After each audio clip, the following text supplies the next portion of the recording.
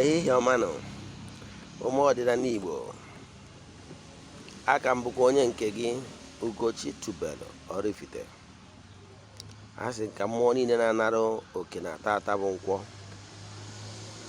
nara àjà niile anyị ga-achụ na ndị a chụgoro achụ ụbọchị taa. Ise.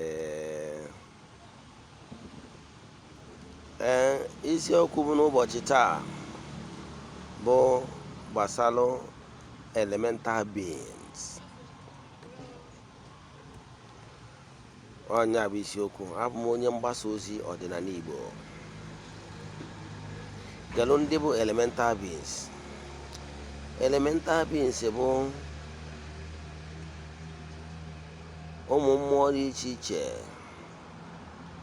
ndị anyị na ha na-alụkọ ọrụ kwa ụbọchị. They are the closest beings to us. Ewezụga chi anyị, ndị ọzọ bụ elemental beings, ha bụ the closest. So onye ka m chọrọ ikwu maka ya.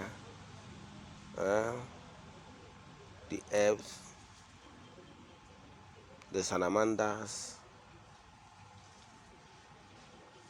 and rest of them. Ha bụ those entities of powers, ndị si n'ikuku, ndị si n'anyanwụ ma ọ bụ ọkụ, fire,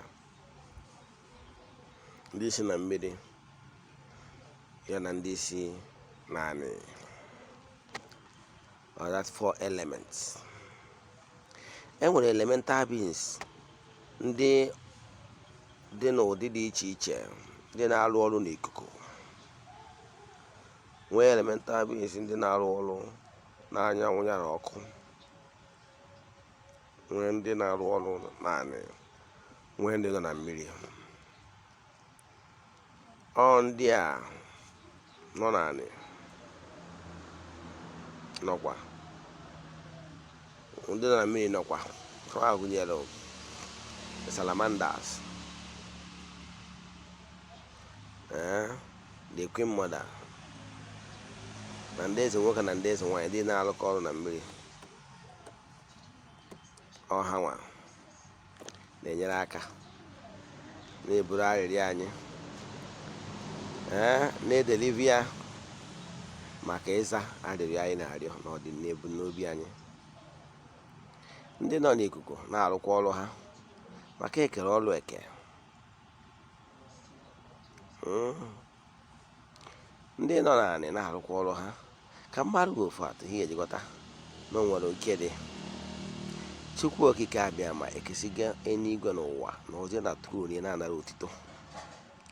Ọ nara eri ji, ọ nara eri ede, otito ka ọ na-eri. Mana ụmụ ndị mmụọ ozi na-ejere Chukwu na mmadụ ozi, ha na-afọdazi creation. In fact, human being anyị wụkwa chi, mana anyị bụ obere chi. The gods. Ọ na-ebe a ka human spirit fall. Don't you know that human being na-ekreti? Ịmara na Chukwu okike si n'ihe o kere eke wee na-ekepụta ihe okike. Ịghọtara ya? Example, ịmara na Chukwu okike kego mmadụ wee nye mmadụ ikikere dịka spirit to procreate, to create. Example, Chukwu okike mmadụ kepụtara create airplane, okay ma? Mmadụ created formatics, the machine cars, okay ma? Smartphones, name them. You got that? Mana Chukwu created mmadụ wee create, mana all glory go to him. The unmovable mover. Itu a ka ọ dị. Ọ na ịmụrụ na, let's say, ma a gwara na mountain Everest who the biggest. Ịmụrụ na mountain Everest na-egwuru egwuru according to science. Okay, nwanọtanụ mgbe ị nọ n'ụlọ akwụkwọ. Ịmụrụ na these hills na-egwuru egwuru. Ịmụrụ na nwere elemental beings created these hills and valleys. Imaro. All these beautiful creatures. I remember when I was in India, when I put the natural environment with trees. Oh, the atmosphere there, so we are going na more be ever. You got that? And when one door wall, they create ugwu nandida. The beauty of nature. Kamara atụ atụ. Ije go na ebe na caves. Ebe we caves. Ndị Igbo na-akpọ ya ọgba. Ba n'ime ọgba. Efu the wonders of nature. Ịrụkwa na Abuja ebe a na-akpọ Zuma Rock. Ị na-afụ the rock. Ị na-afụ ihe dịka human face imprinted in that rock. In the kind of the artwork, ị na-asị ọ mmadụ bịa carve here ka mmụọ carve there. All the beings. Enwekwa the mmiri na-agba n'okwute ụfọdụ ga-abụ ị na-ene ya anya ohie mmadụ ma ohie part of the body. It is a work of nature beings. Those ones were elemental beings. When they are all on when they be no kute. Igataria, they be na all no kute. It was a case in entities of powers. Those elemental beings are there to help man. Man actually running into troubles because we neglected them. We call them demons. Even salamanders, they don't know. They man now marmots. They man say, "Mommy, water." They are cast and I mind there. One that and got the one sarisi. They call me a sarisi. And I thought as a marmots as evil. While on the Almighty Father created. Any nature kereke maka the man the ama the man can mother. Those marmots are there to help man. You got that? You know, after the house in the ojo makana out of ignorance. So learn how to call upon them. Name them the salamanders, the marmots. They are there to help you. The entities of powers. They don't need people. Call them. They are there. Anyanwụ n'ọnwa. Anyanwụ. Ihe niile abụ ihe na-eme n'ejighị ebe ma nye masị enyi na dike. Ọ ndị na-eme ka ihe akọrọ n'ubi.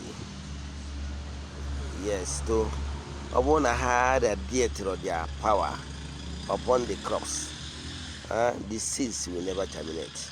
You got that? That is the power the Almighty nyere ha ka we can create. Because if the anyanwụ apụtara we make ihe kere eke mịa, what will human being feed on? You got that?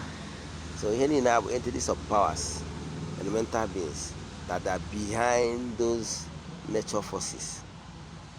You will run into trouble because you neglected the powers of nature. Mutatata, Giges, you always call upon them and message them, make them your friends.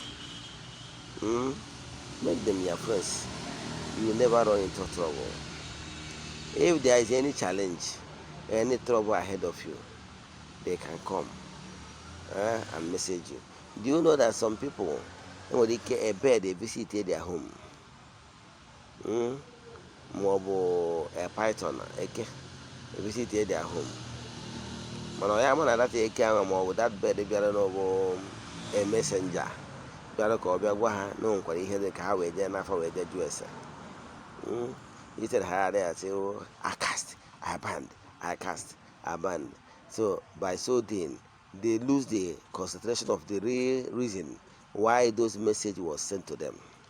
So here na Chekowabo, learn how to make use of nature beings, because if you recognize the powers of nature and always pay adequate attention to those nature beings, you will never run into trouble, because they will always come to warn you ahead of time. I can book onye nke gị Ugochi tubelu Oraifite. Ị ga-eji nyaba aha wee chọta m na YouTube. Ị ga-eji nyaba aha wee chọta m na Facebook. If you want a video, like ya, share ya among your friends. Nwekwa ajụjụ, send them a message, a WhatsApp message. I can make it. My WhatsApp number is 0805 7837 we were Macano. Cachita, that will go what I need, Homer. It's